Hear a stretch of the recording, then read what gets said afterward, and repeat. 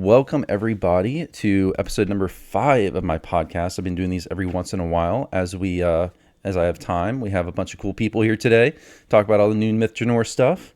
So I thought we would start by everyone just giving an introduction. For anyone watching on YouTube or Twitch, you might not know who these guys are, although I bet 99% of you guys know who they are, but we'll just go through anyway. Nomad, you want to start? Sure. Nomaddog. I am from Hawaii and usually stream DDO a couple times a week. DDO stream usually on Sundays. So this happens to be my usual DDO stream morning. So we're doing that today instead of my normal content. But yeah, glad to be here. Thanks for the invite. Strimtom, you want to go next? Oh yeah, hi. I'm Strimtom. I stream DDO on Twitch and I make build videos with half of them being fine and the other half being pretty bad. And I try to help people get excited about the game. And I sound bad because I was out late drinking last night. Nice. All right, I'm Voodu. Yep. Of Twitch channel Voodu Spice and YouTube channel Voodu Spice. You can find me live streaming my DDO morning show on Twitch every weekday 9 a.m. to 3 p.m. Eastern. Raids on Friday night 9 p.m. Eastern on channel DDO stream. DDO's official Twitch channel every Saturday 11 to 3 Eastern. And on YouTube with over 1,000 DDO videos. And I will link all these guys' stuff below in the description on the YouTube side. So their Twitches and social medias and YouTubes and all that stuff, if you all want to check them out. All right, guys, let's start with, I thought we would just go through the pre-order bundles first. And just, I know I wanted to spend a little more time talking about each of the races and the class, or the archetype, I guess I should say. But I thought we would go through. So they're releasing the expansion, and just like they've always done, they have the 3 bundles.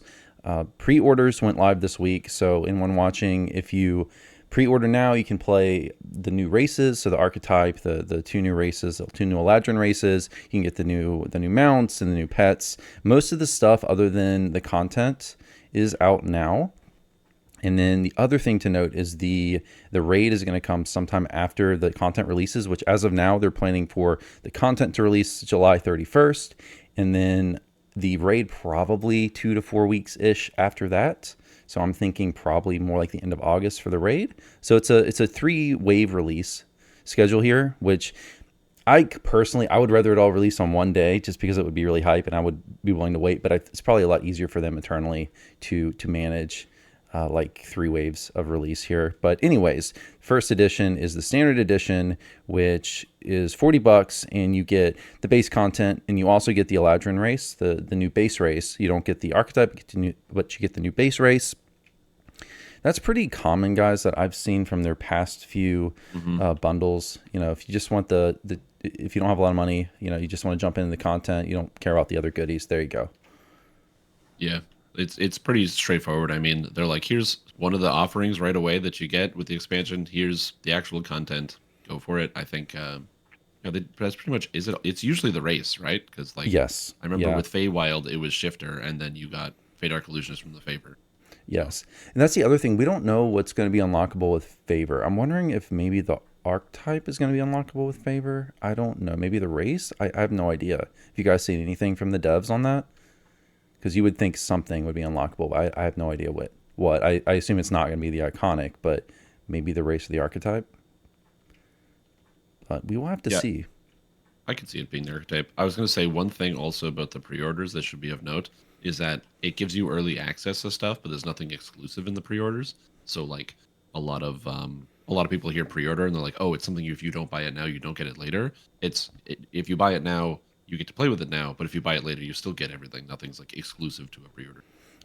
Right. There's nothing that you can't get later because previously, what is it? I don't know if it was Ravenloft or Menacing in the Dark or what, but they had previously in DDo's history, they had a few expansions where if you pre-ordered, you got stuff and you can't reacquire that stuff even now. So they're not doing that. They haven't done that for a long time. I don't have the Bladeforge skin. Wasn't there? I'm so jealous. There was like a spider mask, I think, in Motu maybe. I think that's one of them. Menace I don't have the any of Underdark that and stuff. Shadowfell Conspiracy both had exclusive items if you pre-purchased. Yep. So if you all want to step up to the collector's edition, you get what the base edition gets. You also get the Wild Mage Archetype. You get the cosmetic set, which is the Elven Marksman. I actually think that's the better of the two.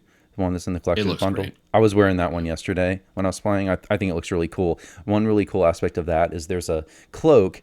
Well, it's typed as a cloak, but it looks like a quiver when you put it on. So that's really neat. I think a lot of people are gonna like that. Like your, your bow enthusiasts out there, like your arena elves and other players who I know play a lot of ranged. So that's cool. You also get the Elven Marksman Steed, which is a horse with kind of some armor on it. I don't know how a better way of describing that. I guess I'll go back in editing and I'll throw some pictures on so y'all can see what these things are on the YouTube side. You get the Armored Kushi Pet, which is, it's just they just took the one from Feywild and added armor onto it, as far as I could tell. So, And they gave it a knife. They gave it a knife. What? There's a knife on the armor. Oh, is there? Yeah. Yeah. I didn't notice. That's cool. I actually really like it. I just think like a little really? armored pup is really cute. Oh, okay. Hey, to each their own. All right, so we got level 14 Hireling, Eladrin, Druid, which is strange because the content is level 13 heroic. So I don't know. Has that been that way in the past? Do you guys remember that the Hireling's been one level higher than the content? I thought it had matched it, but I could be wrong. Darling was 18. Darling was 18. In fact, it was 18. It usually does match it. Yeah, so that is odd. You also get one character slot if you get the collector's edition. Let's see. So going on now to the Ultimate Fan Bundle, the highest bundle for $130. The collector's edition is $80, but if you go to the Ultimate Fan Bundle, you get 2 additional character slots, and this is all in addition to the collector's and standard edition stuff. You get the Eladrin Chaosmancer Iconic Hero, which I think is the cooler of the two personally, just because it's got the 4 strips on the tier 4 where you can strip elemental immunity. I think a lot of people are going to love that. Like any caster is going to have fun with that race, I think. Although we can we'll get into the base Eladrin race too. That one has its pros, particularly the tier 1. I know a lot of people are talking about. We got the Chaosmancer cosmetic outfit, which is kind of like a red wizard's outfit, basically. We've got the coolest mount ever, which is the red wizard carpet mount, which we were talking about this yesterday on Cast, but they I hope they offer those in different colors just going forward. I mean, this one's really cool. I'm not complaining or anything, but there's like so many possibilities. I have characters where I would love to have like a carpet that would match the armor set I'm wearing or something. Yeah. So what do you guys think about that? Well, the cool thing is the carpet does match the Crimson Royal outfit. Oh yeah, it does. The red was the cosmetic. The red one. Yeah, it does. It does. Yep. Yeah. I wasn't a big believer in the carpet. I still remember hearing like Severlin talking about it on one of the streams, and he was saying like, "Oh yeah, we'd love to do like magic carpets. People love the idea of a magic carpet." And I'm like, I don't really care much for magic carpet. And now I have it, and it's pretty great. I do like it. I came around. It's a great looking mount. I like hovering around public areas as opposed to getting the gallop. Yeah, well, it's like the little animations too, like how if you like strafe, your character like actually banks on the carpet, which looks pretty cool, and the backflip's pretty snazzy. So I went yesterday to the teaser trailer they put on YouTube, and the number 1 upvoted comment was like, they totally didn't have to make you do a backflip when you got on the carpet, but they did. Damn it! Here's my money. So, yeah, you do a little backflip. It's pretty great. But yeah, it's a cool mount. Yeah, let's go to what's next. We got the Netherese Imp Pet, which looks like a little demon looking thing. You can follow you around if you want.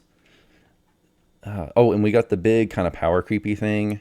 That's a really good deal if you run a lot of characters. You get the +3 racial tome for every character. So that's every character you have and every character you ever make ever gets a +3 racial tome. And that is it's not a separate typed tome, so it doesn't stack with other previous tomes, which I'm a fan of because it's just less clutter. And if they would have made it stacking, it wouldn't be a +3, it would be less than that. So I'm a big fan of them like keeping things simple. Yep. But that's a big deal. If you play a lot of characters, if you care about min-maxing, you're going to be really attracted to the Ultimate Fan Bundle for that. What do you guys think about them including that tome? If you play on hardcore, really good, because you're always making new characters. So having all the tomes kicking in right away, that's getting the dash on Eladrin at level 1, so you can get out of a bind. that gets you closer to like some of the cool like iconic abilities, like the Death Ward from Sun Elf, for example, which is again really good on hardcore in a class that might not have it. So yeah, it's good. I like it. Yeah. I like it simply because if you look at the price that it's going to be once it goes for DDO points, you save and you want those tomes, you're going to save a ton of DDO points. Mm-hmm. Yeah, most of this stuff they are going to offer for points in about 6 months, so January 2025. Yeah. It's going to be in the store for points, but if you buy the tome for points, you're only going to get one. Whereas if you get it through the market, Ultimate Fan Bundle, you'll get one for every character ever. So it depends. Maybe if you are one of those people, which there are a good amount of people out there who only really run one character, then maybe you don't mind that. But if you care about hardcore, if you run a lot of characters, then yeah, the getting one for every character is going to be really attractive to you.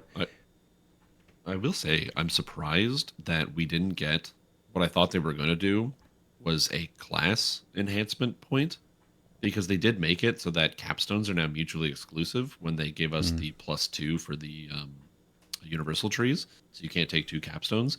So I thought, oh, they could actually give us an extra class point if they wanted now, because that was the big worry. Like, oh, you could just take 2 whole capstones.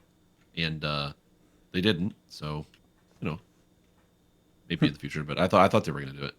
Yeah, I had no idea if they're going to do like a fate tome or a racial tome or what. But yeah, they always do something like this in these bundles, at least in the last few.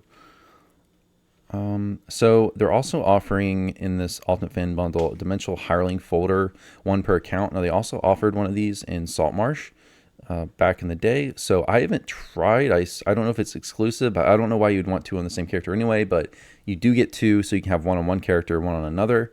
But this is 1 per account. It's not, you can't get 1 for every character. But it's nice if you use hirelings. I usually play with people, so I don't even bother with this really. But for those of y'all who solo a lot, or just enjoy hirelings, there you go. It's also good for the in case of emergency hirelings. So not the hirelings that you need. Like even if you're playing with people, you probably don't need like a healer or something like that.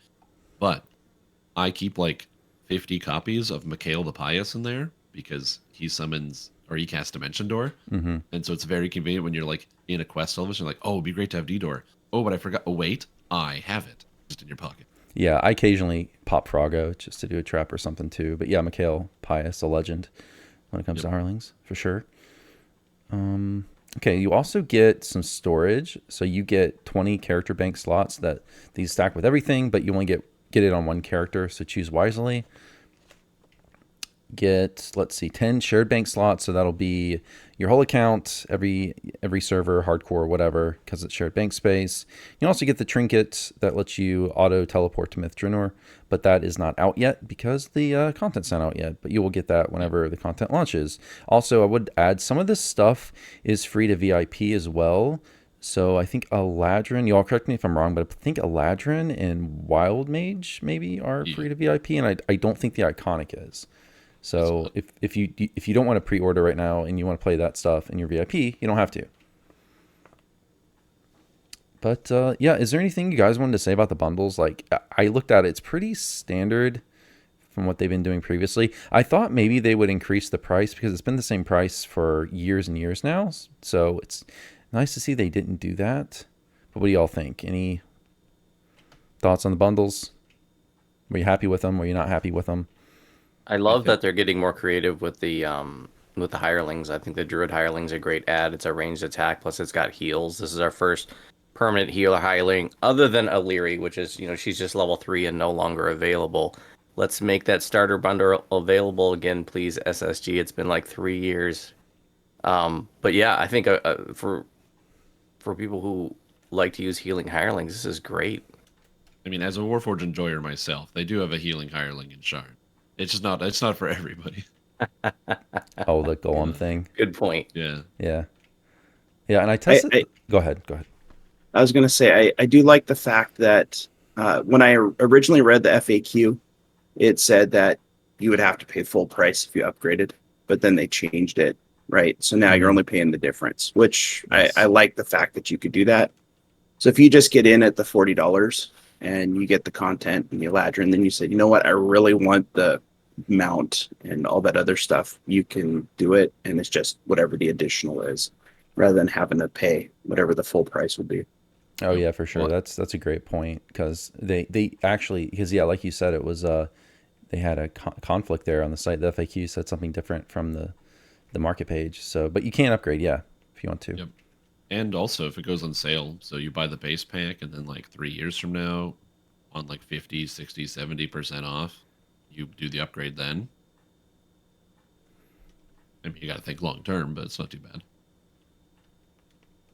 I Yeah. will say that about the bundles, I think that um, SSG definitely made a smart decision by putting the flying carpet in the top bundle, because I tell you what, when you're walking around the Storm Reach, you see a lot of flying carpets. So I think that was good for them, obviously. But the weird thing is the cloak. I'm sure you guys must have seen this, but the red cloak for the red wizards is actually very white cloak. Hmm. And apparently that is like a bug.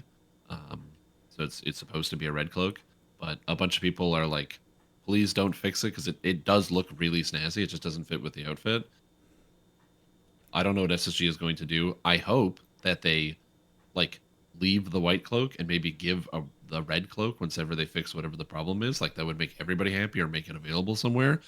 But I really hope they don't just like get rid of the white cloak because I think it looks really good. Yeah, that would So be a lot of cool people- because yeah, you think they could do that, just add it to the NPC because it's done already. It's in the game. Yeah, the cloak so- is already done. Yeah, so why not? That'd be cool. Oh, and there's also I actually when I made a YouTube video on this the other day, I forgot to put it in the video, but there's also a cosmetic set on the new Iconic that you get, but it is bound to character and you can only use it if you're a Chaosmancer.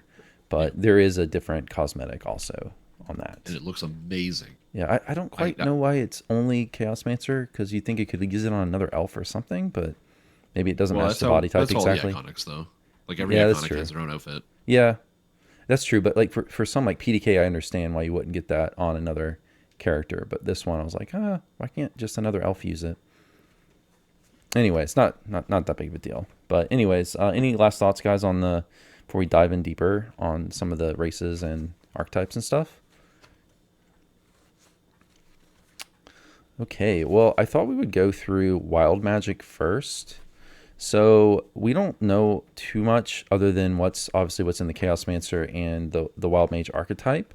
But Wild Magic, the way it's going to work in DDO and the way it works with currently the new archetype and Chaosmancer is each time you cast a spell, you get kind of a random effect. Some are really good, some are neutral, some are bad. And the cool thing about that, though, is I know a lot of people were concerned, a little concerned about having a character and then casting a spell and blowing yourself up. But you can remove the bad effects through the enhancement trees. So this is in the Wild Mage tree and also the Iconic tree. I'm interested in seeing what they do in the expansion. I kind of have an idea in my head of what it's going to look like, but I don't know because there's going to also be Wild Magic zones in the content.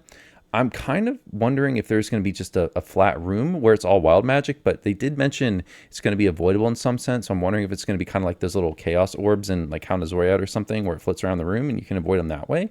I have no idea. And I also don't know much of anything about how it works in pen and paper. So y'all have any ideas on how that's going to work? Any opinions, thoughts, what stuff you want to see, stuff you don't want to see when it comes to wild magic? I assume that the wild magic zones, as they call them, are just going to be like glowy spots on the floor. And if you stand in the glowy spot, you have wild magic. And if you're not in the glowy spot, you don't have it. And there'll probably be sections for quests. Like in general, like in the wilderness area, it'll probably just be spots and what have you. And most quests, it'll be spots. But maybe they'll have a boss fight where the spots move during the fight or something like that. Or like in the raid, they'll move around. But other than that, I assume it's just going to be spots on the floor. Yeah, that's kind of what I was thinking. I was wondering if they would like have them moving around or if they'd just be stationary. I guess we'll find out.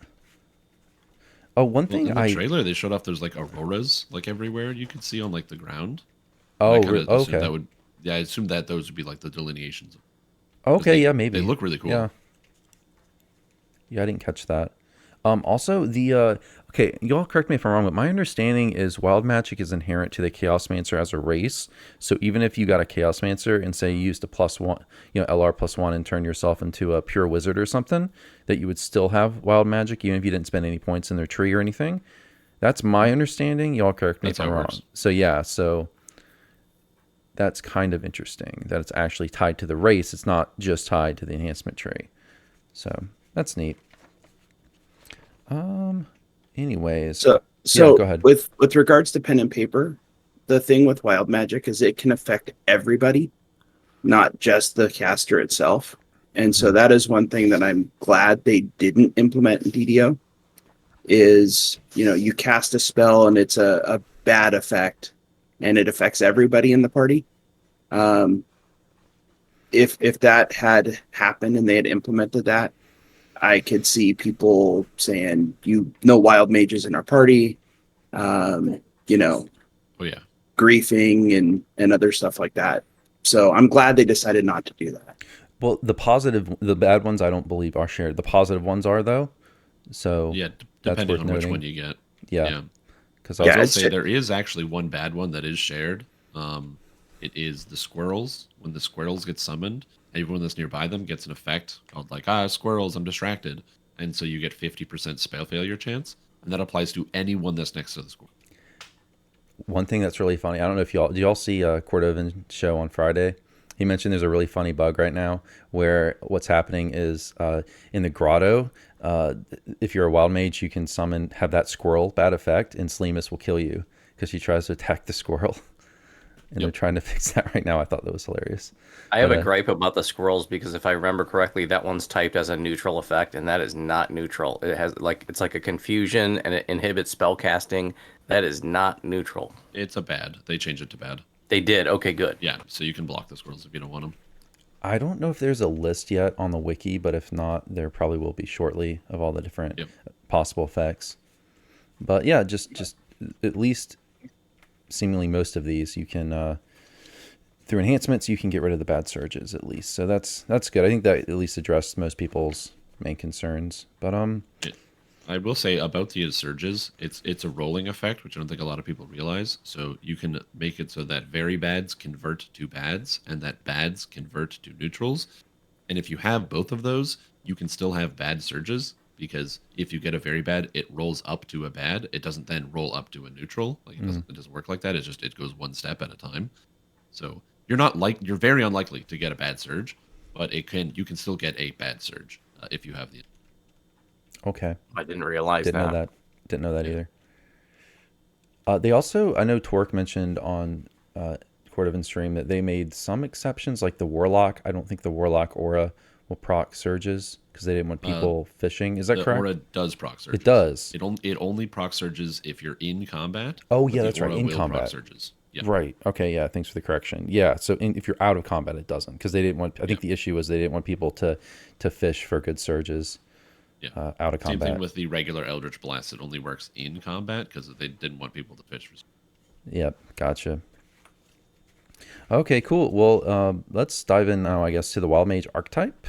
So Wild Mage archetype. So the past life, which I think the past lives for both of these people are big fans of because it's a lot of additional universal spell power you can get. But the past life is each time you acquire it, you get +3 universal spell power up to 3 times. So you can get up to +9 for 3 Wild Mage archetype past lives. So it's kind of, the tree's kind of and I know I think Strimtom, you've been playing, I'm not sure if it's the Chaosmancer or just the regular. I played the probably base both. one. I rushed it from 1 to 32 Wednesday, Thursday, Friday. Gotcha. It was a blast. Yeah, so it's basically a chaos, because I tested on Lamani, but I haven't had time to play any of these myself. But so it's kind of like a chaos magic nuker tree essentially, and the Wild Mage tree for the archetype will replace Eldritch Knight, but you still have access to all the different sorcerer savants. You also get Chaos Bolt, Chaos Sphere, Wild Strike SLAs in the tree. Chaos Bolts in Tier 1, Chaos Sphere in Tier 3, Wild Strike Tier 5. You also get Chaos Hammer and Prismatic Strike in your spell book. There are a lot of different enhancements in the tree that affect your surges. I'll say one thing I noticed on Lamania was that I really liked. The animations are really cool. You got a lot of very pretty rainbow colored animations on these spells. So it looks awesome, if nothing else. But yeah. What's your experience so far? You said it's really strong, Strimtom. So I haven't gotten a chance to play it yet. Oh yeah. So like I said, I ran 1 to 32 over 3 days. It was fast and powerful because at the end of the day, it is just a sorcerer. And so the worst case scenario with Wild Mage is you just play a Savant, but then you get extra surges on top of it, so it feels strong. But I tried to do all the Chaos stuff and try to avoid other elements to see how good it would feel. The new Chaos spells are great. They really fill in the gaps, and they're just visually fun. Basically, nothing is immune to them at all, except for like a few Chaos immune monsters like Slads. So you can really just get away with blasting stuff the entire time, which is pretty satisfying. And you get a lot of spell power and like cash levels and stuff, so it feels good. I also did it with the bad surges, so because I wanted to know how exactly it would play out. And there are a few that kill you instantly, but you can just try like don't focus on that and keep casting spells. It's usually fine. I will say the biggest thing I learned about it is that all the new chaos spells they added are great. They feel good, and you can mix and match your other elements with like a wild mage plus savant. But chaos hammer is so much worse by comparison. I can't recommend anybody use that spell on wild. It just feels bad. 8 ways to Sunday. Have a Nomad of you or Voodoo, you all play it at all yet? I have not played it yet. Okay. I haven't played it since Lamania when we did the preview. The only thing I had is the arc on the orb, the chaos orb. I ran in trouble. It just seems like it's shorter than an alchemist's lob. Yeah. That's the one thing that I remember is that the orb just didn't have much range to it. Yeah, it definitely doesn't. Like the best way you can think about the wild mage is that like the good case is the wild magic stuff is fun, the spells look really cool, and the tree itself is very functional with a lot of good spells and abilities. Like there's very few things that just feel bad to take, so you kind of have to really pick and choose your points. But it's very satisfying and it works well on its own. So the idea itself of let's add chaos wild mage thing, it totally works, and it feels a lot better than something like Dark Apostate did when it came out, for example. But on the flip side, the worst case scenario is that if you're just doing like either DPS or crowd control as a sorcerer, it's kind of better than the base class because Wild Mage gives you bonus cash levels with all of your spells.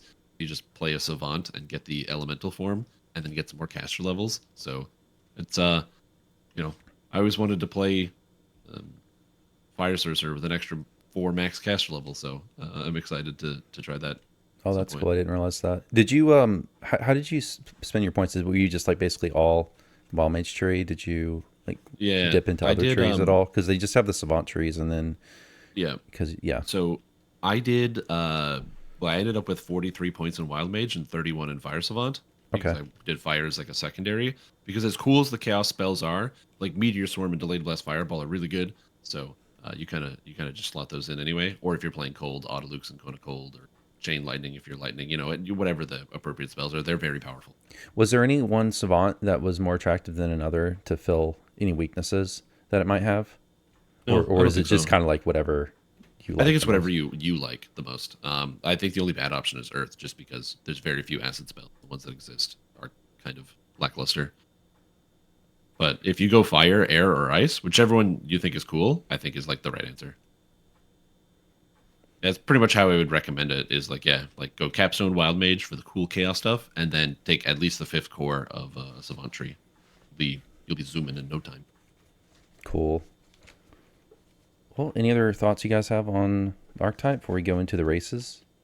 One of the things I don't like about the Archetype is how things are siloed by ability score and damage type. So that bothers me that it's going to work really well for like if you are a charisma caster and you want to do acid, or if you're an intelligence caster and you want to do cold. So I find it pretty irritating that they siloed it that way. So I think that if you're a cold wizard, that's going to work great for you. Or like, for example, I think it's actually charisma is tied to electric. Are you talking about the iconic? Yeah. Okay, yeah. Oh, except we're talking about the archetype right now. Yeah. Yeah. Okay, sorry. Oh, you're good. No, yeah, that's all good. I got confused for a second. I was like, it is kind of confusing because the the race has elements of the archetype with the effects on your surges and things. So it can get confusing between the archetype and the Chaosmancer. And it's the first time we've had an iconic that's also an archetype. Yes, that's a good point. Yeah, so you start when you're the iconic Chaosmancer, you start as one level of archetype. Yeah, first time. I have a question for you guys. Do you think, since we have archetypes now that are like a little bit more specific characters, do you think that SSG should look at some of the iconic races and change them into archetypes? Like, the Scourge Azamar is a hunter of undead. Could it be a Dark Hunter instead of a Ranger? Like, what do you guys think about that? I think some people would be really, really upset because they usually take away a tree. So if somebody had an Azamar Scourge that used the tree they're taking away, some people are going to go ballistic. But hypothetically, it's not a bad idea. Yeah, I can't yeah, hypothetically I agree. I mean, that's in concept I think that's a cool idea, but practically I don't think SSGs would do that. I don't think they can. Yeah, they can't. It's like, what do you do if somebody already is the class? Right. Plus, they've already sold it as this. Like, they can't. I don't even know if legally they can do that. But no, in concept, that would be very cool. I have nothing against that. Not at all.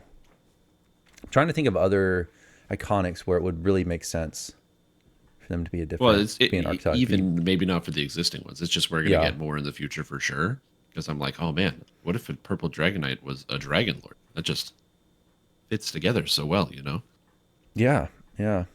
Maybe they could make a copy of that race and call it something else and have it start as Dragon Lord. I don't know. Yeah. Anyway, I was just something I thought about. No, that's a good point. It's a good point. Something interesting to think about. All right, we'll jump into the Eladrin base race next. So, unlike the Chaosmancer, which is basically is very focused caster tree, this is more of a generalist. So, I guess first thing, racial past lives, you get for the first one, +1 listen. Second one, +1 dexterity. Third one, just like all races, you get +1 racial action point. So, let's see. They have seasonal affinity, which is one of their big traits. At level 1, you get access to 4 different seasonal feats. So, they operate as passive toggles, and when you put them on, you get certain bonuses depending on what season you pick. And you can switch your seasonal affinity once every 12 seconds. So when you start, you have spring, summer, autumn, or winter. Spring gives you +1 charisma, summer gives you +1 strength, autumn gives you +1 wisdom, and winter gives you +1 intelligence. They also get the face step ability, which is like kind of like a Justin Ford. And you guys tell me if I'm wrong. I mean, when comparing this to like other effects that do that, it seemed to be a little bit shorter distance and work a little bit differently, like compared to like spring attack or. I found the distance to be the same. Is it the same? I was using both phase step and angelic charge on my Eladrin sorcerer, and I found they went the same distance. Do you go through mobs or not? I don't think you do. Yeah, I don't think you did. Okay, it seemed to me when I was testing on it on you the turn invisible, so you'd think you would go through the monsters. Exactly. Yes. And you don't. That's why I was thinking. Yeah, I was thinking originally that you would go through. It would make sense, but I guess you don't.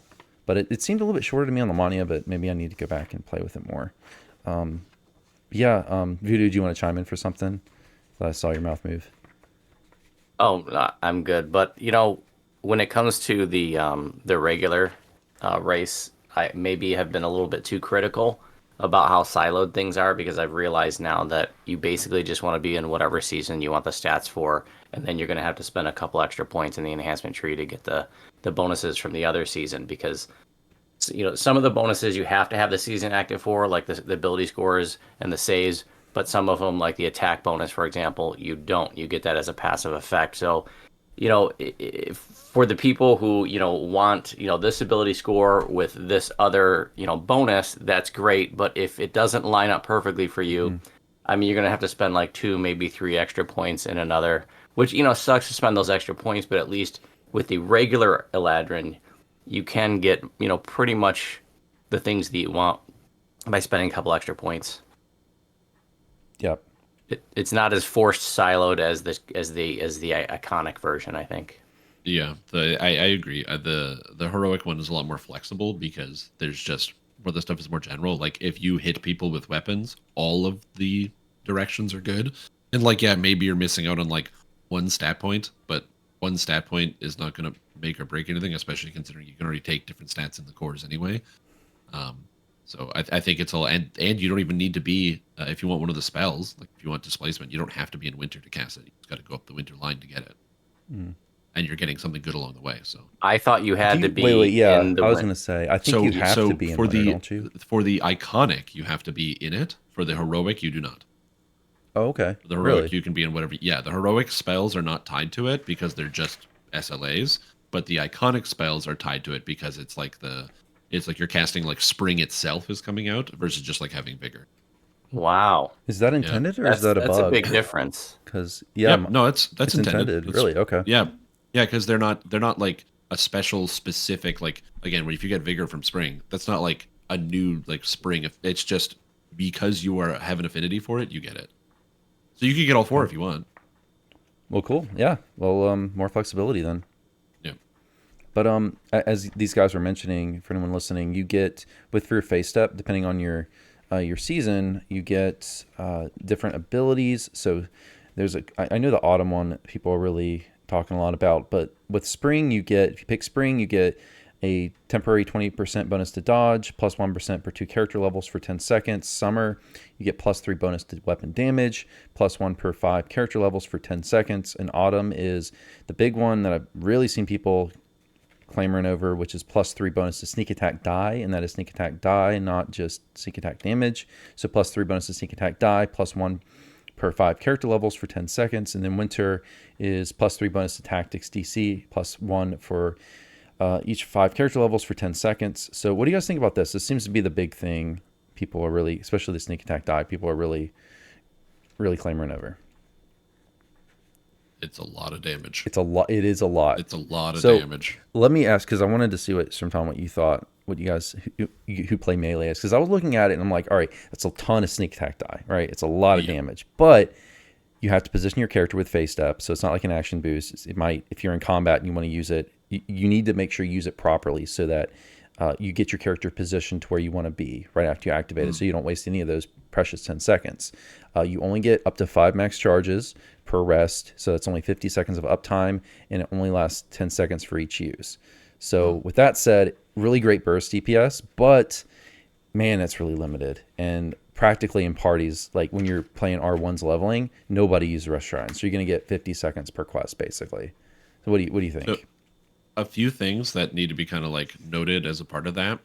Number one, if you are like mouse turning, you can just do it in a circle, and so you don't actually have to go anywhere or worry about positioning because you can just turn the mouse and stay in spot. And the iconic Chaosmancer gives you bonus charges for the past life, so you can have 8 charges. Oh, yeah, you're right. Interesting. And so it's only 80 seconds. But in a lot of cases, that's like, you're using it for the final boss as an example. So you only need it for like a couple boss fights or like when a big Reaper spawns or something crazy like that. And then you move on to the next thing. Mm-hmm. So. And the other thing is, since you don't go through monsters, if you're like, say, beating on a big dragon or something, you can use it and you're not going to like throw yourself out of combat, right? Yep. So that's okay. What else? Oh, isn't there some, I'm thinking of, I was talking to a really good player in my Twitch chat yesterday, and isn't there an ability in Dark Hunter or something that temporarily, say, like doubles your sneak attack die? Not quite. It gives you... I'm wondering what the synergy will be there. It gives you a sneak attack dice for every, I think it's like Dark Hunter level that you have when you come out of invisibility. So what you do is you go invisible, and then you leave invisibility by dashing and then attacking, and you get, I think it's like 33 extra sneak attack dice for 10 seconds, which is a really big number. Okay. Like most people get 33 sneak attack dice, just like, that's the whole amount they get on their character. And now you get that on top of what you've already got. So is there a multiplicative effect? Well, it's just additive. Just additive? Okay. Yeah, so it's not as crazy as I thought it'd be. Well, okay. So, yeah, I mean, but like 70 sneak attacks a lot. Yeah. Oh, yeah. Yeah. Okay. Yeah. So I assume it's a separate timer than action boost haste, so you can use it with that as well. So we're Yeah. talking single weapon fighting, 2-weapon fighting. We're talking And a lot of shuriken lots throwers of shurikens. who Yeah. have like 400% double strike. So it's like 4 times that amount. Yeah. Crazy. I'm interested to see what Yeah. people do. I want to see videos of people in their burst DPS and what they can do. Yeah, It'd me be too. cool. Okay, well, let's see. So these different face-up abilities and attunements, they get upgraded in tiers 2, 3, and 4. The other thing is in tier 4, you do get your choice of SLAs, and these have changed. So if anyone watching read this on the Lamania forums, they did buff these. So Spring SLA is Vigor. It used to be Lesser Vigor, but they changed it to Vigor, so more healing if you want it. Summer spell is Fire Shield Hot. This was Longstrider. They changed it to Fire Shield Hot. Autumn spells, Night Shield. That was the same as the first preview. And then Winter spell went from Blur. It is now Displacement. So, yeah, some pretty useful SLAs. What do you guys think of all that? Do you think it's worth going up to tier 4 in that tree, or do you think most people are just going to take the tier 1? Those are pretty much all really nice adds. I love healing in there, especially if you're playing a class that doesn't have healing ability. And a Vigor in there is really nice. Night Shield is obviously great. I'm not sure it belongs in tier 4. It seems a little bit weak for tier 4, but still Night Shield, if you don't have the ability to cast some kind of magic missile protection, that's great. And then, Displacement's awesome too. I wish they had done both versions of the Fire Shield personally. Yep, I agree. Yeah, I was I wondering think- why Oh, hot. go ahead. Why hot? Because it's summer. Okay, well, my dumb brain. Yeah, that would make sense, wouldn't it? Okay. Yeah. But it's mitigating cold damage. You'd think that if you were in summer, you could also mitigate fire damage, but that's what makes sense to me. But what do I know about knowing stuff? Hey, I'm with you guys. I think it'd be great if they had it. Yeah, give you an if, option. you, if you try to sit here and figure out, how come it's only one? Sometimes it's just, I guess maybe, I think in this case it's probably like they were like, yeah, well, fire themed, and then they just went with it and didn't think about Well, I saw it. And I was beyond like, that. how do you get from Longstrider to Fire Shield Hot? Why Fire Shield? I mean, I guess because it's summer, like Strimtom was saying. I didn't even realize that, but yeah, I should have realized that. But I don't know. Why Longstrider to start? Yeah, why Longstrider? Yeah, I don't see the connection to summer with Longstrider. True. Yeah, that was a joke. Oh, Fire- man, I you love think Fire about those Shield. I long, think hot it's one of summer the- days. It's a very unappreciated buff. I mean, a lot of people know the virtues of Fire Shield, but there's a ton of players who don't. Yeah, 50% mitigation. Yep, very strong. I think the spells are pretty good. I think the vigor is mostly going to be useful for spellcasters, because I think that if you're somebody who is like playing a melee or something else, probably don't have a lot of spell power, and it's kind of harder to use. It's not bad, but it's kind of like how it is in Tabaxi, where it's great if you have a bunch of meta magics to just dump into it, so it feels good. But vigor doesn't heal a whole lot on its own. But we learned how good having displacement was on every melee from Shader Kai, who gets displacement for I think it's 11 points in the tree. So I'm excited to see more melees with more displacement, because it really helps you stay alive. Poor bro in chat was like, we need a too cold to handle. I agree, man. I would love a cold themed raid. Imagine we get that with the with Myth Drannor. That would be so awesome. All right. The last thing I wanted to say about this race, and it really applies to the Iconic too, is the cosmetic options. So you get all kinds of neat hair colors you can pick. Basically, they took all of the bright, flashy colors from the DDO store, it seemed like, and kind of put them as part of the base colors of the race. And then probably, I think they added even more that weren't even in the store. Plus, you can pick 2 hair colors. So you can have pretty base color, and then you can add some colorful extensions of a different color. So, yeah, I think they look really neat. There's some other cosmetic options. You can get little leaves in your hair and things. So very cool. And that applies to both They are the male and beautiful. female. It's a beautiful race. Agree. Yeah, it's for I sure. think- yeah. Well, I probably think the in best looking general- race they've ever done. I think in general, all of the artwork that I've seen that's come out with the bundles, all of the artwork looks really great. I mean, the flying carpet looks good.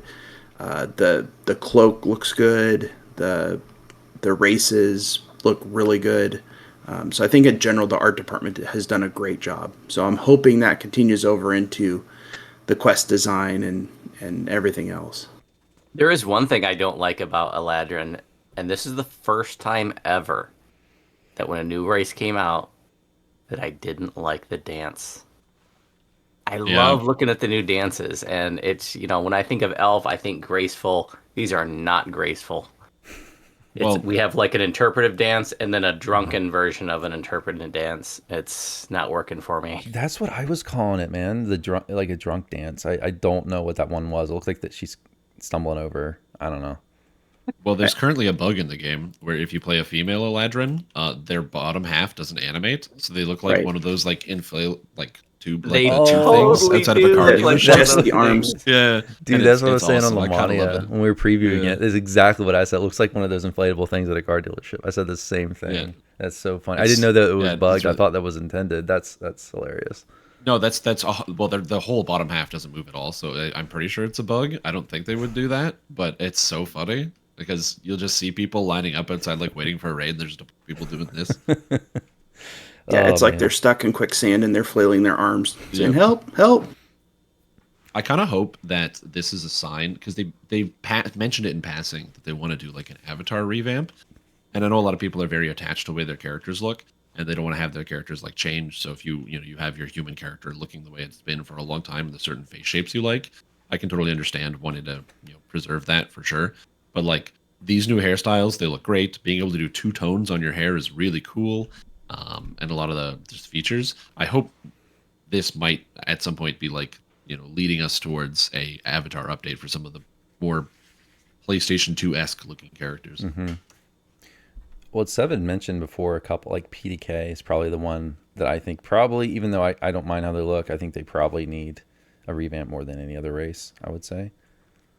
But there's definitely a few. I think PDK are pretty mad. Yeah. Another pass on half elf.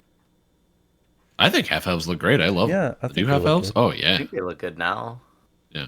Before it looked like they got hit in the face with a shovel too many times, but now they're not Yeah, too they bad. look like cat people before or something weird. Maybe just base human as well. I mean, I think they look fine. They don't look bad. They just could look better. Yeah, And they're so often played that why not? I don't know if it's still the case, but I know last time I checked, human was like the most played race by far. It's because of that extra feat being so useful for so many builds. But I haven't checked on DDO audit in a while. Anyways, is there anything else you guys want to say about base Eladrin before we hop over to the Iconic? I mean, should we gripe that it's another elf race or that it's another Oh, dex yeah. race, or should we just gloss over that? We can do that. We can totally do that. Go for it, Voodu. Rant, activate. No, I just feel, there's a lot of people griping about that. I feel your pain, and my heart goes out to all the strength players out there who, once again, get overlooked because there's one strength race and now there's 5 dex races. there's two And, strength races: Dragonborns and half orcs. Yeah, there are it's 2 strength technically- races. Dragonborn. Oh, well, does not get like +2. for past lives, but they get the +2 at the start. Yeah, I'm the talking about Dragonborns. past lives. Oh, past lives. Okay, yeah. Oh, Yeah. Gotcha. And so and people who wanted like Durgar, it's like, oh, we get another elf. How many dwarves do we have? 1. How many elves do we have? Counting half elf, 6. What's Yeah, going it's- on here? It's time for a dwarf. We have one dwarf. It's the only race that has only one iteration of it. It is time for an iconic or a alternate base race dwarf, something. And I want a dwarf miner, like iconic, that uses picks, It'd be something like cool. that, I mean, like my thoughts on that are or Goliath. Myth Drannor, which is elf based. People voted for Myth Drannor allegedly. I didn't see the results, but the SSG said people voted for it. So like, going to an elf place, we get an elf. I mean, you get what you pay for, right? Yeah. Yeah, I doubt we'll ever see the results of that poll, but with the poll, it's SSG's just gathering info. It's not. I think some people see that and they're like, oh, we want to know who won so we know if we're getting the right expansion. Well, they're just gathering information. They can go with number 2 and number 3 if they want. Yep. But I voted for Planescape. yeah, I did too. Me too. So, yeah, I'm personally not like I've never played any fantasy game. I've never played elves. I'm more of a like strength based, big burly kind of class kind of guy. So, I would love to see like a Goliath or I don't know if they can do half giant or half ogre. Some kind of ugly, burly, like race is what I want to see next. Yeah, I'm more of a lizard guy. Give me more lizards. Lizard You know, folk? we got dragonborn, but they don't got tails. We could get lizard folk, troglodytes, half dragons. I want. Bullywug. I'll take that too. But yeah, Yep, lizard that'd folk. be a good I'd option. be happy with that. Zemek in chat says, any thoughts about the new racial AP tome not stacking with previous ones? I know we're a little, we kind of talked about that earlier, but I think, okay, and I've seen this on the forums, but guys, you have to realize that it doesn't stack, but if they made a stacking version, it would not be +3. So No. it's better that it doesn't stack because it's less clutter. That's my opinion. Do you guys have anything you want to add? I know we kind of Like talked Johnny about this said, before. tomes never stack. That's just the way that it is. Yes. Well, the what is it? Am I thinking of is it the Fate tomes that stack? Because there's like one from Wargrave, one from. Oh yeah, because they're Those differently stack. typed. Yes. They're typed by expansions and stuff. Yeah. Yeah, like they could, if they really wanted to, have made it be like a different type. But like, man, imagine getting +3 extra racial points on every character, no matter what. That'd be crazy. Yeah. I mean, hey, that's extra points. I'd take it, but you know, it makes sense if they didn't. Yeah. Well, he also mentioned maybe they could mention it doesn't stack with previous tomes. I guess they could. That'd be fine if they added that to Q&A. I don't know if that's in there, but yeah, that'd be fine for more clarification. Yeah. You got all those people who bought those +1 to +2 tomes that they haven't used yet, and now +3 tomes are here. It does make your old ones irrelevant, but Yeah. it gives a huge bonus to people that maybe didn't own those old expansions, and also it's just less clutter. It's just easier. I hate going to the Epic Destiny page and it's like, here's all your tomes, and let's just not do that. SSG, this is better. Yeah. And hopefully they add a way to get that in game. I'm wondering if they'll add it as a rare drop in the raid, possibly. We will see. Yeah, maybe a +2 to +3 or something. Yeah. But okay, guys, let's go to the Iconic. So the Iconic, unlike the base Eladrin, is much more of a caster focused race. So the past life is past life active, and we talked about this before a little bit, but it's face step. So you get the face step ability, what makes you kind of jump forward, disappear, and reappear several feet in front of you. And you have maximum charges equal to your number of Eladrin Wild Mage past lives. I'm sorry, I might be... No, that's for the Chaosmancer past life. I think that's a typo. But you get up to +3 extra charges of face step with the past life. Yep. And then the passive, and so that's the active. And then the passive is you get +3 universal spell power per stack for a maximum of 9 for 3 lives. And that also stacks, of course, with the other races' universal spell power. So you can get up to +18 if you do all 6 past lives from the new races. They start with +2 charisma. This was changed. It was originally +2 dex, and they did decide to change it. So that's cool since it's obviously a sorcerer. That makes sense. And I mentioned this before, but wild magic surges are built into the race. So there's a little effect you get when you make a Chaosmancer. It says your Fey nature grants you wild magic. When you cast spells, you have a small chance to have an additional strange effect occur around you. And it also grants a... let's see, a +5 chance of gaining a wild magic surge every time you cast a spell. Wild magic surges manifest over time passively and do not occur in public areas, but we talked about that before. But the main point is that's inherent to the race. So even if you LR out the Chaosmancer level, you do still get wild magic surges, but you can also reduce those in the tree. In the tree, you get your choice of an element: spring, summer, autumn, or winter. So kind of similar to the base race. Spring is +1 charisma, summer +1 strength, autumn +1 wisdom, winter +1 intelligence. So the spring is kind of like electric and sonic focus. Summer is fire and light. Autumn is acid and poison. Winter is cold and negative. You guys, anything you want to comment so far on this stuff? I have more notes here, but I don't want to just keep talking if you all have stuff you want to say. Yeah. I think there's going to be a lot of happy warlocks out there that have been looking for immunity stripping ability for a long time, and now they have a race that's going to give them that. Mm-hmm. Yep.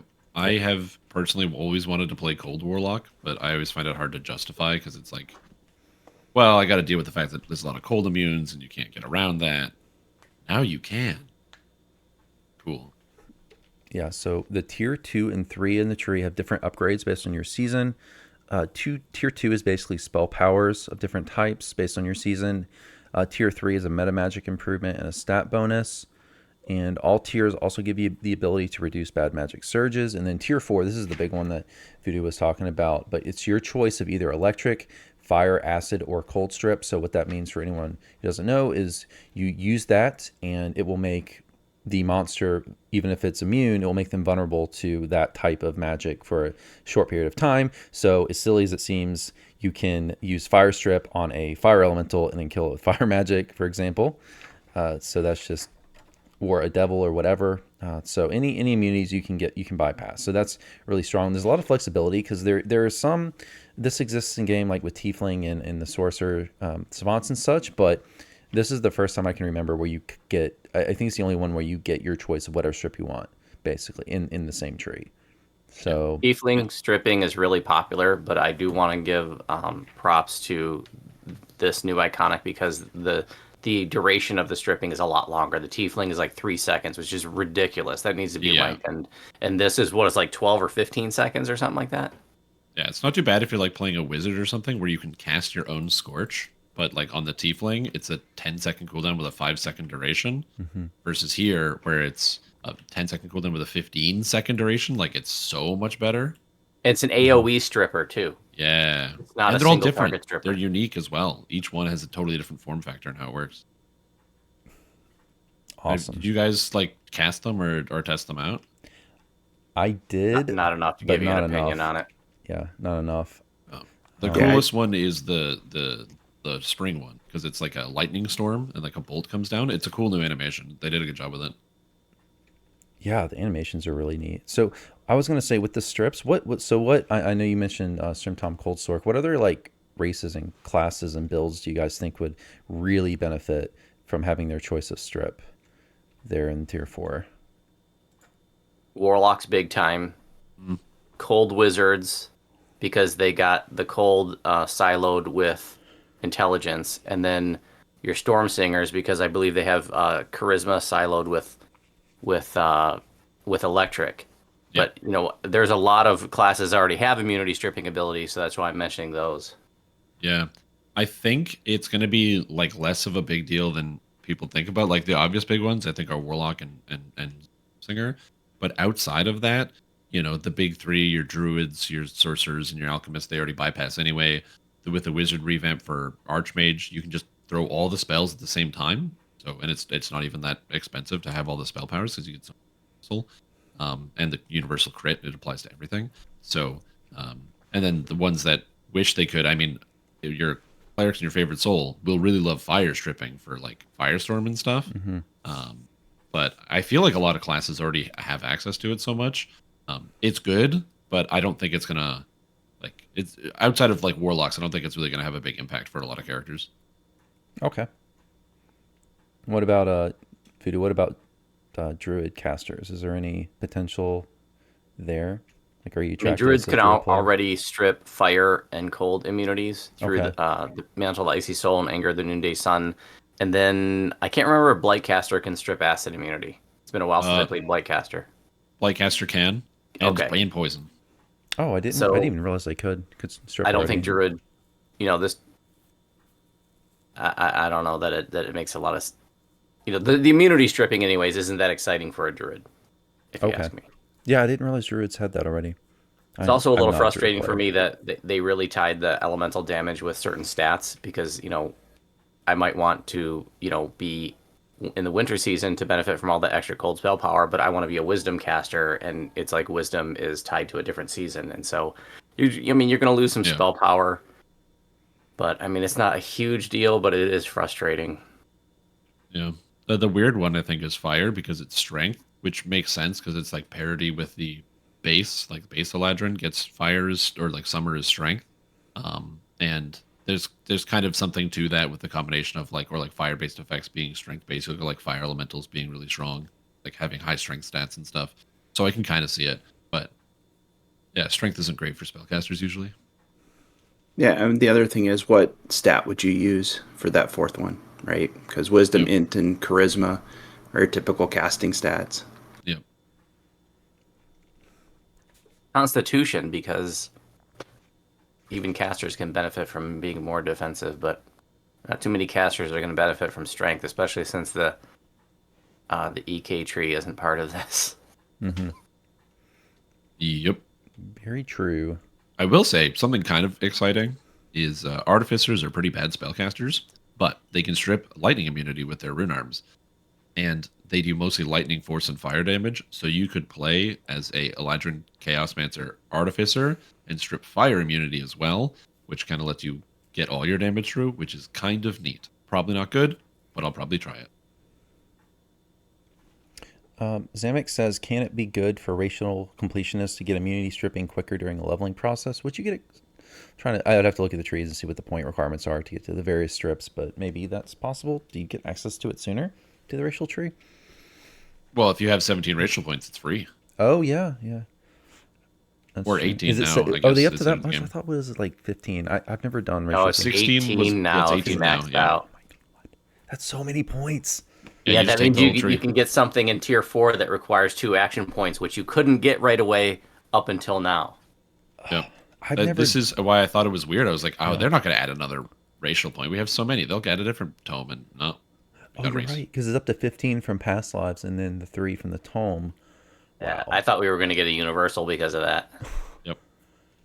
I didn't. So I've never. I maybe someday, but I've never done any racial reincarnations or anything. But yeah, I didn't realize you get all those points at level 1. You're saying? Yeah, it's Oh my delicious. god, that's crazy. Yeah, That's well so on my strong. sorcerer, so I just leveled through it but it was on my racial complete just because I'm trying to get it back. And yeah, having vigor on a sorcerer at level 1 with maximized and power is really crazy. Yeah. Jeez.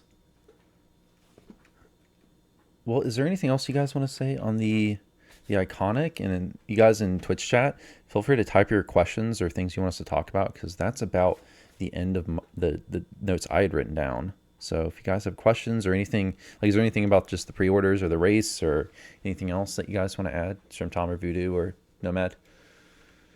I mean, something that I personally feel is that, like, whether or not all the offerings are powerful, which they are, but even outside of that, they're really fun.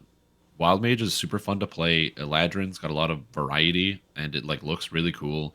And the Chaosmancer doesn't have to enable like really powerful stuff, but just the fact that you can bypass some immunities on like a character or come up with some wacky idea. For me, like, it's all just really fun to play, and it all looks really good. So Yeah, casual players I think are really gonna love the Wild Mage stuff.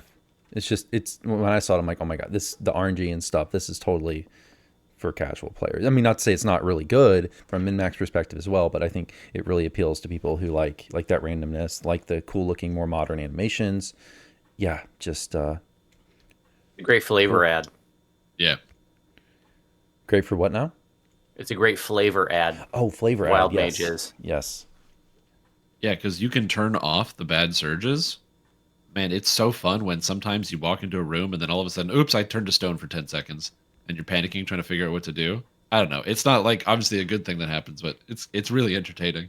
Isn't there one For the where- stream, it's great content. The number of times I would cast D-Door and then silence myself so I didn't actually cast D-Door, or cast D-Door and turn to stone, cast D-Door and start dancing, walk into a room and get hit by a lightning bolt for 90% of my hit points. It was a good time. Isn't I do there have one more thing I want to say about the flying carpet, which I give them props. It's awesome. And I always imagined that we would sit on a flying carpet, and here we are standing on it like it's a surfboard, which is cool. I like that, we don't dismount when we go over lava or water, but I would really like it if we could not, it sinks and slows down when you go over water and lava. I wish they did not make it sink and slow down. Yeah. But, at least we're halfway there with being able to go over lava without, taking damage and dismounting. I guess they probably didn't want to make it better, better than other mounts, I guess. Maybe that's the reasoning. Right. Or it might Costs be more 130 technical. bucks. Be a better mount. But it is. There's no other mount that you can go over lava with. Fair, Strimtom. That's fair. Can't argue with that. But yeah, so you can actually, for anyone who doesn't know, you actually float over the water. You don't go any faster, but you don't actually get like the swimmy animation like you would if you're on a horse or whatever. And then when you go underwater, you're just like surfing underwater like you would, like over land. But yeah, is there anything else I'm looking in Twitch chat. I don't know if Nomad or any other guys that are streaming, if you have anything that you want to bring up from your chats, please feel free. And yeah, we can talk about stuff that's not Myth Drannor too. I mean, that's fine. Zamex says, what is your stance on server merges? I don't know if SSG will even consider it due to technical requirements. Do you think it's worthwhile long term? I mean, I think the issue with server merges is, I think they're from a technical perspective, I don't know if they can do it. I would love to see it happen. It needs to happen, but I would even be happy with a compromise if they just make server transfers free. And I know it's not perfect. You can't transfer everything, but I would love to see that happen, or maybe more free periods like they had a couple years back. But do you guys have any thoughts on that, like server merges? As somebody who enjoys playing on hardcore, because I get to kind of play with so many different people, because I play on Archetype, but people watch the stream or the videos from every single server, and so being able to sort of play with everybody at the same time is like kind of cool, and I really like that. It's So a super server cool. merge, it would make that's just obviously a great idea for the game, but it all comes down to how expensive is it for SSG to do, and they've basically been like, yeah, we want to do it, but time and money, Yeah, I'm so ready for the mega server, and if we Yep. can't do that, then let's pare them down. I think we've got 7 main servers aside from Wayfinder. I think we can pare those 7 down to 3. Yeah, I mean, as somebody who plays on Arganesson, which is Arganesson and Orion, those servers lag real bad. I don't know if it's because of the higher population, but it's a thing you notice. I don't know if they're going to be doing a server merge anytime soon until they can solve that at the very least. Yeah, but at least today, I mean, even if there's some kind of big technical hurdle, in my opinion, they should make, if they hit a dead end with the merges and they just can't do it for technical or money reasons, make server transfers free. Not a perfect solution, but at least people could transfer their main over to a server for a week, then transfer it back. Yeah, guild ships don't transfer, astral shards don't transfer, but at least there could be some movement possibilities there. Like I know, like this past year we did an event on New Year's where we ran every raid in the game, and like a lot of people wanted to participate, but it just didn't have the time. It would have been so awesome if they could just put their main for a couple days on Thelanis and then transfer it back. Like stuff like that makes me sad. It makes me sad I can't play with so many people because of, we're also established on different servers and no one's going to transfer, and I don't blame anyone for not transferring, because once you get established on the server, it's just too much time invested to move your character, plus it's too expensive to move your character plus your 15 mules over, because you have to pay per character for the transfer. So yeah. No, one thing I know is being on Kenneth, smaller server, right? When I'm streaming, because usually it's late night for mainland folks, there's usually no LFMs up, and I'm doing a lot of stuff solo. And it's gotten to the point where my wife has gotten tired of doing stuff solo, and she has actually thought about transferring to another server just because there's no one to play with. Now there's people on Kenneth, and Saturdays, Sundays are fine. But during the week, later in the evening, like when I play, there's hardly anybody on. So I like the idea of a server merge. I think it'd be healthy for the game, because like Strim, I love hardcore because I get to play with all the people I never get to play with because they're not on Kenneth. So I would like to see it. I think part of it is some people have spent a lot of time and money building up their guilds and are hesitant to move because of that cost that they've put in. Like, I'm going to lose my guild that's level 200 on this server when I move to another server, right? So it's just some of the things that I've heard that people have complained about when it comes to a server merge. Yep.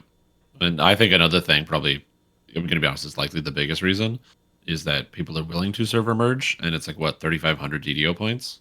Like, It's 25. that's not a bad chunk of It's but like it's a 25 lot. or 35. 25 bucks or But yeah, so, I think. Yeah. yeah. So that's like not a bad chunk of change. So if people are willing to pay for it, then like, you know, they're probably going to keep making people pay for it, realistically. But you want to hear something funny? In Lord of the Rings Online, they actually have a shared bank transfer. So you can transfer your shared bank from one server to another. Really cool. And, yeah. And we don't have that for DDO, and I'd love to get a feature like that. I Because that's can't. the biggest thing that prevents, wanting to transfer servers, all the shared stuff. Yeah, we don't have access to their financials. I can't imagine they're making tons of money off of 2,500 points for DDO transfers. I don't know. Maybe they are, but I think it'd be more of a benefit to the game overall if they would just make that free. But they're probably concerned about certain servers getting hung out to dry from everyone abandoning it, or maybe possibly lag implications of everyone going to one server. So there could be other reasons for that. But is there any other questions from chat? I don't see any I have right now. I have a few Yeah, from go for it. from DDO stream. So Rock and Roll Wrecking Ball was asking, what about stripping immunity for imbue builds? I mean, Yeah, what specifically about it?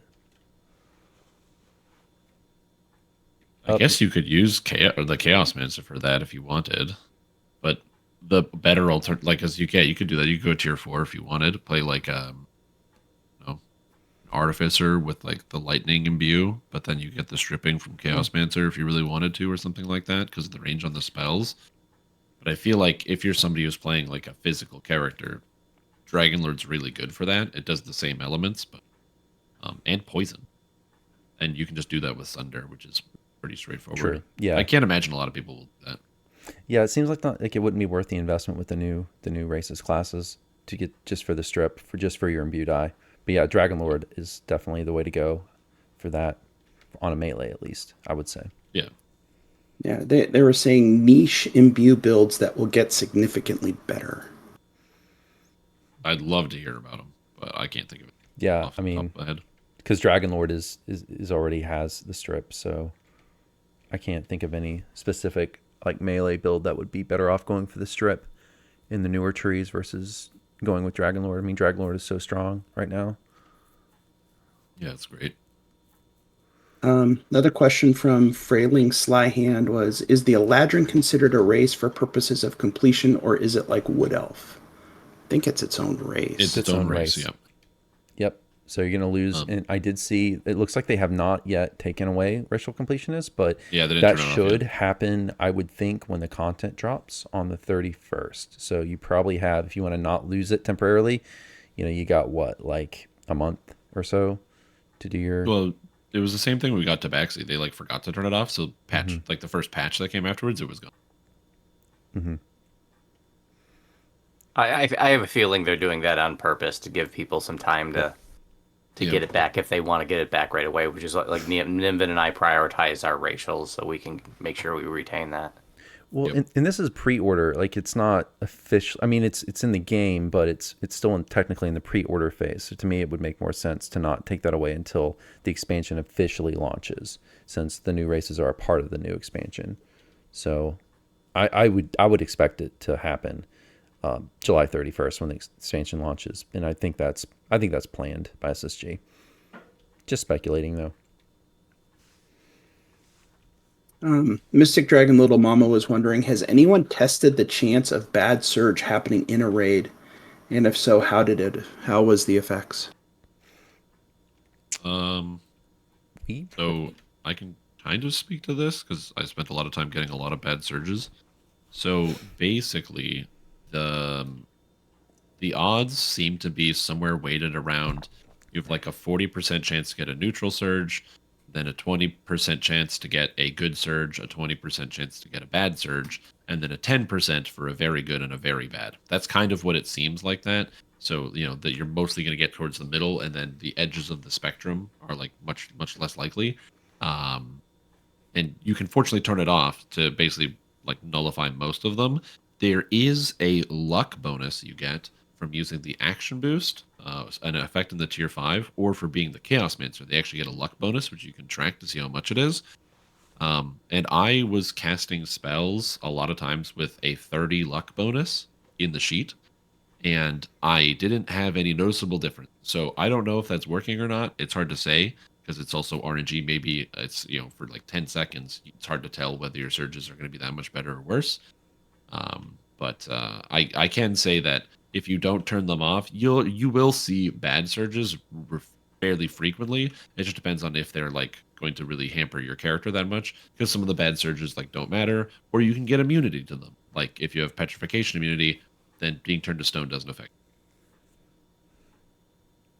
It's like I discovered that drinking a disease removal pot removes the packs. Yep. Yeah, you can you need to have potions. I use over 100 lesser restore potions because of how often you get the effect so tired and you become exhausted.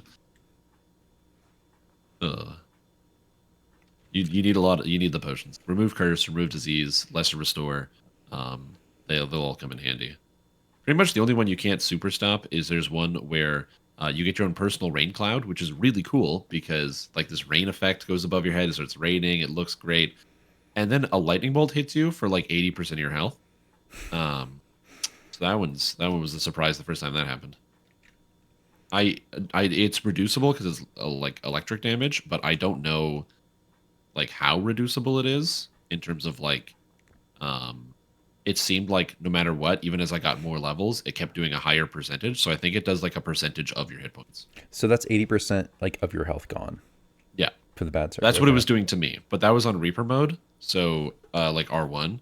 So I don't know if it actually increases if you go to the higher Reaper modes, like if you're taking a higher amount of damage where you just explode. I haven't tested that yet. Well, I'm going to do that at some point. I know Torque said, I think it was Torque on Cordovan stream. There's nothing that there shouldn't be anything that outright kills you from the bad surges. So my guess is it wouldn't go below, but yeah, I don't know. Yeah, I had 1,600 health and the lightning strike hit me for 1,300, and I was like, oh, that's a lot. But yeah, if you're in Reaper, I mean, it's going to take you down to one hit death, obviously, if you're in like R10 or something. Yeah, because you're taking like almost 10 times damage, so you'll feel it, I think. Yeah. For one of the things for me with when I was playing Chaosmancer on Lamania is how fast these surges happen and how short the effects were.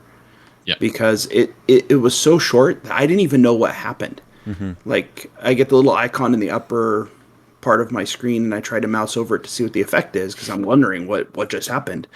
And I couldn't even get there fast enough because it's already gone before I can see what it was. So I don't even know what half the effects were that hit me when I was playing. Yeah, I share the same sentiment there. I hope we get there might be a list in the wiki already, but we need a list so we can actually read them. It's really difficult to see what's going on in game. I guess the more you play, if you play a whole life, you'll eventually learn them. But yeah, at least at first, some of them are really fast. A lot of them are very fast, like 10 seconds or so. So it's difficult to see. If you do a whole past life, you'll see all of them.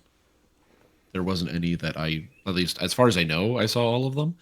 They added like a couple new ones since Lamania, but yeah, for the most part, you see it's a lot of repetition. You start to get used to it, especially if it's something that has a delayed effect, like the thundercloud, where you see it happen and you're like, and you panic and you got to fix it, or because if you're under half, you're dead. So there's some neat stuff in there, but you can tell with a little practice. It's really hard at first, though. I totally agree. Or if you're in the middle of combat, it's really hard to tell sometimes if there's like visual effects everywhere. Or also not even like in the middle of combat.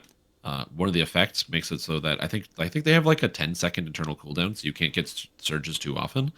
But one of the effects is a buff that it removes that entirely, so you just constantly get surges if you have a high chance. And at that point, you don't read it anymore. You can't. You just have to hope you don't explode. All right, so someone did ask, could you play the Eladrin as a decent melee, or is it really designed for spellcasting? I think for that, I think the base race is probably good for melee. Oh yeah, and the iconic itself is for the casters. The I base, think that's kind of how it was designed. Yeah, the base is more of a generalist, whereas the Chaosmancer is pretty much straight caster focused. But yeah, no, the tier 1 is going to be great for melees in particular. You know that for burst DPS, like we were talking before, with the sneak attack die. the extra stuff for a really low investment in the tier 1. So, Strimtom, you have something you want to add? I mean, I would say less so a generalist. Like as a caster, I think that the base Eladrin's like not really great at all. Because the only thing you get is like maybe it's a little bit of a stat, but for the most part, it's if you're a melee or ranged user, like if you hit people with weapons of any kind, it's fantastic. But if you're a caster, there's definitely like even base elf would be better in a lot of cases. Yeah, I guess that's true. Yeah, I just the reason I said generalist is that's the way they've been kind of marketing it. But yeah, I guess you're right. I mean, you get some stuff for a caster, like what stat bonuses. I guess you could get from the tier 1 face step. You could get because there's nothing straight. Yeah, I'm looking at the tier 1. There's nothing for casters really. I mean, other than the defensive stuff, I guess the bonus to dodge from spring. But yeah, you could benefit from that. But yeah, I mean, and then there's the tier 4 SLAs, but there's nothing offensive. So it's more like you would just be getting defensive stuff on a caster. So probably other races are better for a caster. Yeah, I agree with Strimtom.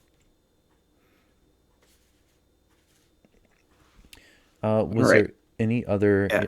Go ahead. Yeah, Go ahead. I have a couple more. So Maradon was wondering, it's probably directed for Strimtom. Will the lightning hit hard even if you have something like Ring of Flickering Steel? You can mitigate it, yeah. So if you have like lightning absorption, it like reduces the damage. So if you want to do that, if you don't want to turn off the surges because it's a very bad one, like you can turn that off permanently. By the way, it's not like you have to get the lightning. If you turn off very bads, you'll never get the lightning ever. But if you don't want to turn it off because there's an enhancement that gives you more damage if you keep all the surges on, which I use because it's very fun. You can mitigate the damage with like lightning absorption resistance. Heck, there might even be a use case for tier 5 primal avatar where you can get lightning immunity by one of the big epic moments. So there's options there. All right. The last question I got here is, will you get surges if you don't cast spells? Yeah. What? I thought it was just spells that proc surges. What else procs it? Well, it's spells. It's the only thing that spells or like that surges will happen is on spell procs. But like if you don't cast spells, but you have the power for surges. So let's say you're like in a zone that has it, or you're playing as the wild mage or something. If just passively, if you don't cast any spells, above your head an icon will appear, and that will force your next cast to have a surge on. So even if you do nothing, you will still have surges come up. You're right. They only activate unless you have something that's activated. Potions don't count, but like clickies and stuff. Yeah, my wife was noticing when she cast a heal scroll, she got a surge. I would assume that scrolls and also Epic Destiny SLAs would work to proc, but anything I that makes a spell casting animation where your guy goes like whoosh, waves their hands around is going to proc it. Okay. What about wands? I did no idea. I didn't test it. This game has wands? But clickies do. What? I know. Wand pass win. That'd be cool. No, I would assume they would. If scrolls do, I would think wands would, but I haven't tested. They should. I think they should. I agree. Yeah, I have a few in my chat, if you're done, Nomad, with your chat. Yeah. One is, would the strip, the question is about Eldritch Knight, so would the immunity strip in the Chaosmancer be good for Eldritch Knight builds? Maybe. I mean, it's definitely not bad at all. I mean, like you can use it. I have a friend that plays an Eldritch Knight who casts like Snowstorm and stuff. Possibly. Yeah, it's not bad. Usually on an Eldritch Knight, you just like flip to another element because nothing is really immune to two elements. So you just have like a main and then a secondary. But yeah, you could also just use it for stripping as well. I play an Eldritch Knight that is a sorcerer, but I'm multi-class and use Tiefling for the strip instead to like increase the fire damage monsters take. So yeah, you could definitely do that. So Float on By says 6% double strike makes it melee. Where's the 6% double strike coming from? Is that in the base tree, Eladrin? I'm not sure what Float's referring to. And Sci-Fi Guy in chat says wands do trigger it. Okay, so cool. He said he has tried wands and they do it. So yeah, that's cool. Warbro says Eladrin is for sure the go-to race for speedrunners. What, because of face step? Yeah, it's the tier 3 and 4 spring attunement for the regular Eladrin is going to give you 3% double strike in each tier. So yeah, that's 6%. Oh, okay, gotcha. And double shot. Speedrunners like Tabaxi? Trying to think. Anyways, we need a. I want to see. There's actually a few speedrun videos out there. We need a bigger speedrun community in DDO. That would be cool. But I've seen some guys actually do that. There is a small community of guys who do speedruns. I've seen Kortho speedruns. Seems fun.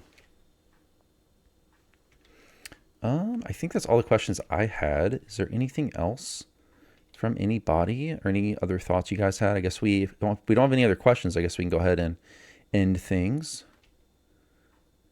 I'm looking forward to see what we get in the quests. Oh yeah. Oh, and Johnny also says, is Lamani opening for preview? So Cordovan said on his stream on Friday that, and this isn't confirmed, but most likely no Lamania this week, but the following week probably we're going to get a preview of the quests. So I will be jumping in, assuming I have the time. I would like to jump in and run those on Lamania. So yeah, we should see the quest pretty soon. So that'll be fun. I think they said 13 quests in one raid, I think is what we're looking at for the expansion. Yeah, something like that. And I like the fact they put them at level 13. And there is a wilderness area. There's a wilderness area, and it's 13 heroic, 35 legendary. 35. Yeah, 35 legendary. But when I was looking at the number of quests per level on DDO Wiki, 13 has the lowest of any heroic level outside of level 20. Yep. So what do you guys think about the 13? Is that a good spot for you guys? Do you think, would you have rather seen it be at a different level range? So I know there was a lot of people unhappy about Vecna being 18 last year. So what do you guys think about 13? I love it. I've ran Giant Hold every past life for like 12 years. And now I might run something different, which is kind of neat, depending on how it feels. Or I'll do the other thought I've seen people posting about, which is you still run Giant Hold. You just do Giant Hold at 13 instead of 15. And then you would do that into the new expansion. So you can skip a bunch of other stuff that's less efficient. I love Giant Hold and I always run it. And but I do notice that sometimes I finish all the Giant Hold walk-ups at 15 and I'm still short of level. So this is filling a gap. Yep. Yeah, I'm looking forward to doing something outside of Giant Hold for my TRs. I'm not a fan of Giant Hold, so that'll be. Oh, it's one of my favorite old school packs. Yeah, it's good, except I just don't like Madstone Crater because I don't like when you go in the caves and there's no map and I get turned around and I just don't like that. That's the only one. Maze is okay. I don't mind, doing the wall hop thing, hopping over it. That's fine, but it's really just the quest with the overlapping maps or the lack of maps that bother me. Yeah, I used to hate Madstone Crater because it took forever, but I learned that there's a section right near the beginning where you can like hop. Basically, there's like a crevice like on the wall, and you can hop up the crevice and skip your way to the second giant right away. So you can have somebody work on the first one, and then a couple people take the crevice, and then you can do 1, 2, and 3 all at the same time. And so the quest is like significantly faster. Really, I need to learn about that. Yeah. Yeah. I probably just need to run Madstone more so I can just learn it to where I don't have to think about it and I know exactly where I'm going. I wouldn't be surprised though if they do a Giant Hole pass at some point. I bet we see it. If nothing else, they're kind of running out of heroic raids to make legendary, so I wouldn't be surprised to see some kind of Giant Hold update in the future. I think if I remember correctly, in one of the Sev Cordovan Q&As, they mentioned that as a possibility. Just in passing, nothing confirmed or anything, just something that I think would be cool to do. But yeah, let's see. I think that's it. Is there anything else that you guys want to mention or talk about anything? I think, okay, well, I guess we'll end now. Appreciate you all taking the time. If we want to go around, if you all want to plug your stuff before we end and just tell people where they can find you. Nomad, do you want to start? Sure. So I usually am streaming on Twitch on Wednesday nights and Friday nights. starting at 6:30 p.m. Hawaii time, which is 9:30 Pacific and 12:30 a.m. Eastern. But not this week. This week, my schedule is going to be off. I'm going to be streaming tomorrow and Tuesday instead. Then I'm going to be gone until the 28th, and then I'll be streaming again on the 28th. And then I infrequently post stuff on YouTube, so there's some stuff on there that's fun, some stuff that I kind of talk about other stuff that, comes out with the game. So you can catch me there. That's YouTube/@Nomaddog Gaming. Hey, Strimtom, you want to go next? Sure. Thank you for having me. I appreciate coming on and chat with you guys. It's been nice. I'll be back on the old live stream tomorrow when I'm not hungover anymore. It'll be good. Twitch.tv/Strimtom. I'm going to be posting a lot of videos about the Wild Mage, kind of a big review of how it's going to go and how it feels when you're doing R10s and some of that content very soon. And I am TRing into probably the worst build I could think of, which is a all chaos build where I'm trying to do only chaos damage and a lot of multi-classing with Wild Mage, and it's going to be awful. I'm excited. All right, Voodu, you want to go next? You can find me on Twitch channel Voodu Spice, where I live stream a DDO morning show every weekday 9 a.m. to 3 p.m. Eastern. Raids on Friday night at 9 p.m. Eastern. I do a late morning show on Saturday on DDO's official Twitch channel, DDO Stream, every Saturday at 11 to 3 Eastern. And you can find me on YouTube, where I have over 1,000 DDO videos, quest walkthroughs, raid guides, crafting tutorials, and tons more. And I will put links, like I said before, to in the description on the YouTube side to all these guys' stuff, so YouTubes and Twitches and social medias and all that. All right, guys. Well, that'll be it for the stream. I'll be back in like 5 minutes to play some DDO. But yeah, thanks everyone for taking the time. Strimtom, Voodu, Nomad. Thank you guys. Thanks for having. Yep. Yeah, We'll do thanks. this again sometime. Yep, thank Thank you. for it. Later, guys. All right, take care, Bye-bye. guys. Bye, everyone.